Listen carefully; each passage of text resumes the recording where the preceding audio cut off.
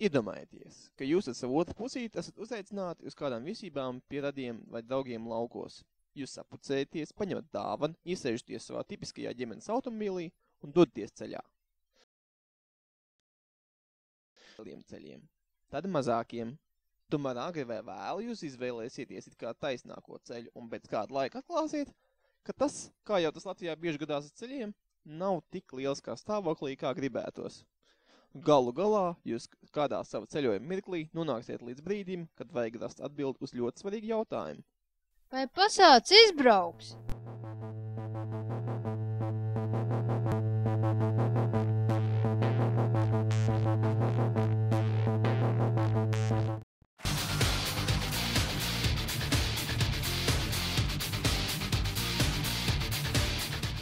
Tātad mūsu jautājums ir, vai Passats izbrauks?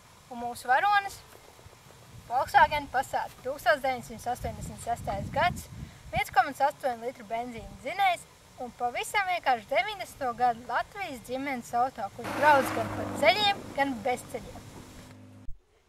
Ģimenes budžeta robežās auto ir arī nedaudz tūnēts. Tā kā man šodien kājās auspēšu kurpīts, mašīnu vadīs Kamas. Viņi arī iedarbojās. Un aiziet! Apzinādamies, ka esam iesācēji, nolēmām startēt ar kaut ko vienkāršu. Ādažu poligonu!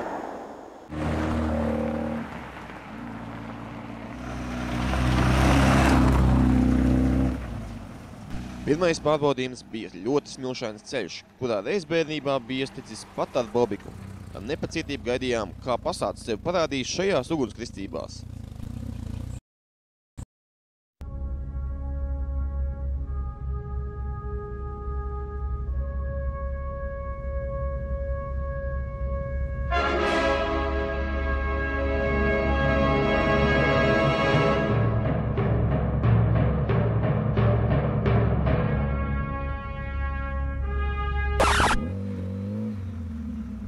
Šeit vērts piezīmēt, ka Passat riepas, diemžēl, nebija savu uzdevumu augstumos.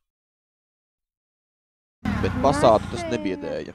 Viņš nedaudz atkāpās, lai pēc mirkļa atkal ar jaunu sparu mestos uzbrukumā. Tad Passats atkāpās vēl mazliet. Un vēl mazliet. Un vēl pavisam nedaudz.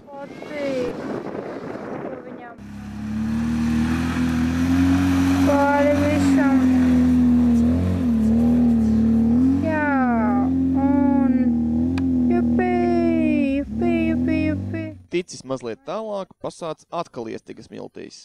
Braucam atpakaļ. Nolēma izmantot seno indiāņu gudrību, ar periodisku gāzes piedošanu, atlaišanu, iešūpināt auto rezonansē kā šūpolis un tad ļaut inercē mūs izvilkt no plūstošajām smiltīm. Tās izrādījās bezjēdzīgi.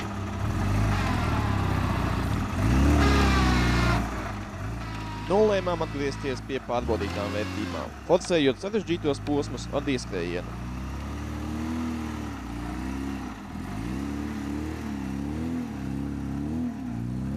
Tas līdzēja arī šoreiz, un jau pēc brīža mēs bijām nodevīgā Smilšu kalnu virsotnē. Urā! Tālāk ceļš gāja tikai uz leju. Tomēr šis pirmais posms, Smilšu ceļš, bija tikai tāda bērna spēlīte, jo īstais pārbaudījums bija vēl priekšā. Kartē simboliski atzīmēta, viegli aizaugusi traktora un smago mašīnu izdangāta purva stiga, kur ar fantāziju apveltīts avangardists varētu nosaukt arī par ceļu. Bet Passatu tas neizbiedēja, un ar apskaužam neatlaidību tas pievārēja ar vienu progresējošu smagākus ceļu posmus, vienu pēc otra.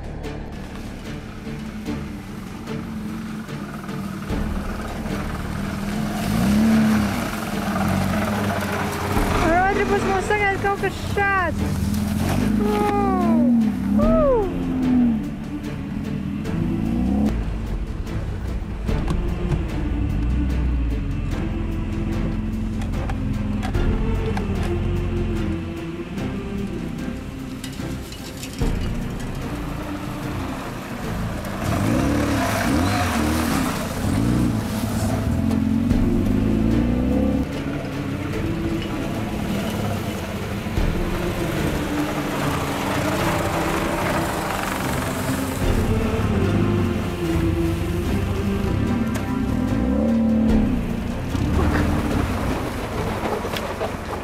ritēja diezgan labi.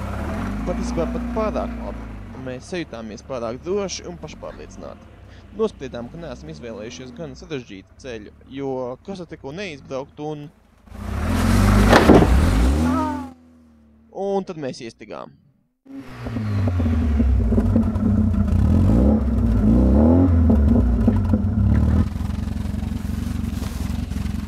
Vampers ir nost. Dublīši nepailgtam mans balvas kurpītes. Būs labi. Kā jauns.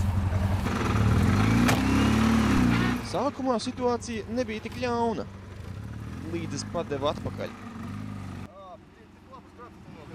Mēs iestrēguši pavisam. Tad mēs iestaigām kārtīgāk. Vēl būs jāstop mani. Izkļūšana no šīs pavisam necilās bēdes ilga uz vairākām stundām. Tās visas, protams, šeit nerādīsim, bet varu teikt, ka izmēģinājām visdažādākās metodes. No sākuma, protams, stūmām. Pie tam to darīja pārmaiņas gan stiprais un skaistais, gan neglītais un vārgais dzimums. Mēģinājām arī rakt, bet bez vairāk ņemamiem rezultātiem. Mēģinājām arī izšūpoties, bet neko vairāk kā vieglu jūras slimību nepanācām. Pasāds bija nonācis saudabīgās lamatās.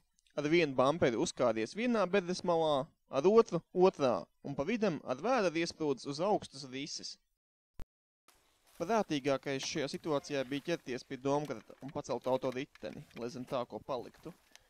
Bet arī tas izrādījās sarežģīti, jo nevis auto cēlās uz augšu, bet domkrats spīdās uz zemes centra. Savukārt vienīgi atbalsta koku, ko varēja sameklēt, bija pārāk saturnējuši un neturēja mašīnas svaru. Pēc pāris stundām mums talkā nāca kāds militāra paskata sēņotājs, kas glaimojot pasātam ar komentāru: "Это трасса не для машин, а для тракторов и джипов." Pasūtīja man 3 priedes tālāk uz kādu pamestu būdu pēc dēļiem, kur neizjukts zem autosvaru.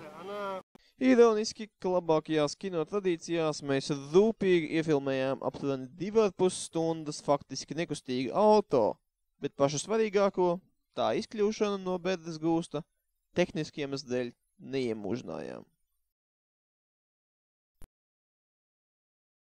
Mums talkā nāca kāda drosminieku komanda, kas, līdzīgi kā mēs, bija nolēmusi forcēt poligonu ģimenes vāģī, droši vien labāk sēņu meklējumos. Tā un piedzīvojums bija gandrīz galā. Pasāds bija veiksmīgi pievērējis poligonu, un mēs visi devāmies mājup.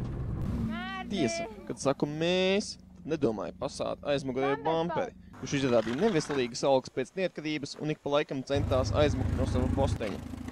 Galu galā tomēr arī šo problēmu atrisinājām un veiksmīgi pametām poligonu.